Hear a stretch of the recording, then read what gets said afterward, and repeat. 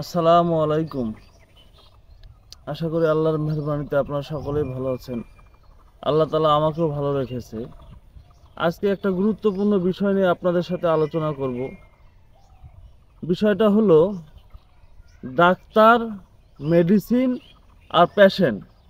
আমি ডিতে ডাক্তারকে বোঝানোর চেষ্টা করতেছি, এমতে মেডিসিনকে বোঝানোর চেষ্টা করতেছি, আর পিতে patient. Doctor, medicine, patient equal to answer good অথবা ব্যাড। গুড অথবা ব্যাড। এখানে একটা ডাক্তারের সমস্যা হইতে পারে, ডাক্তার বুঝতে ভুল করতে পারে, সিলেকশনে ভুল করতে পারে, ডায়াগনোসিস ভুল করতে পারে বা সঠিক করতে পারে। এটা ডাক্তারের কাজ একটা। আর একটা কাজ হলো মেডিসিনের কাজ। মেডিসিনের কাজটা হলো মেডিসিনটা সঠিক হইতে হবে, মেডিসিনটা ভালো হইতে হবে, গুণসম্পন্ন হইতে হবে। দেশি হোক আর বিদেশি হোক, গুণে মানে সম্পূর্ণ হতে হবে। এরকম ভালো একটা মেডিসিন হতে হবে, তাদের পারফেক্ট একটা সিলেকশন মেডিসিন হতে হবে। আর পেশেন্টের ব্যাপারটা হলো যে পেশেন্ট ডাক্তারকে তার সমস্ত রোগ যন্ত্রণার কথা খুলে বলতে হবে। এত সুন্দরভাবে বলতে হবে যে বলার কারণে ডাক্তার যেন ওষুধটা খুঁজে পায়, মেডিসিনটা সিলেকশন করতে পারে।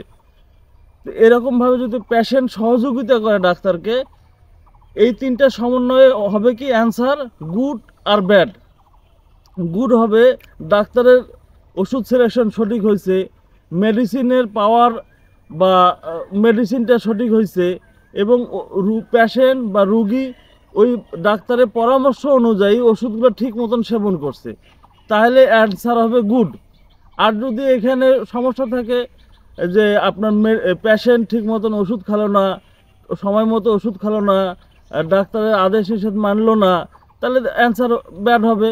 অথবা মেডিসিনের ব্যাপারেও দেখা যায় যে অনেক সময় মেডিসিনটা সঠিক হয় না, মেডিসিন পাওয়ার কম বেশি হয় বা নির্বাচনের কম বেশি হয়, অনেক সময় মেডিসিনেরও কম বেশি হয়।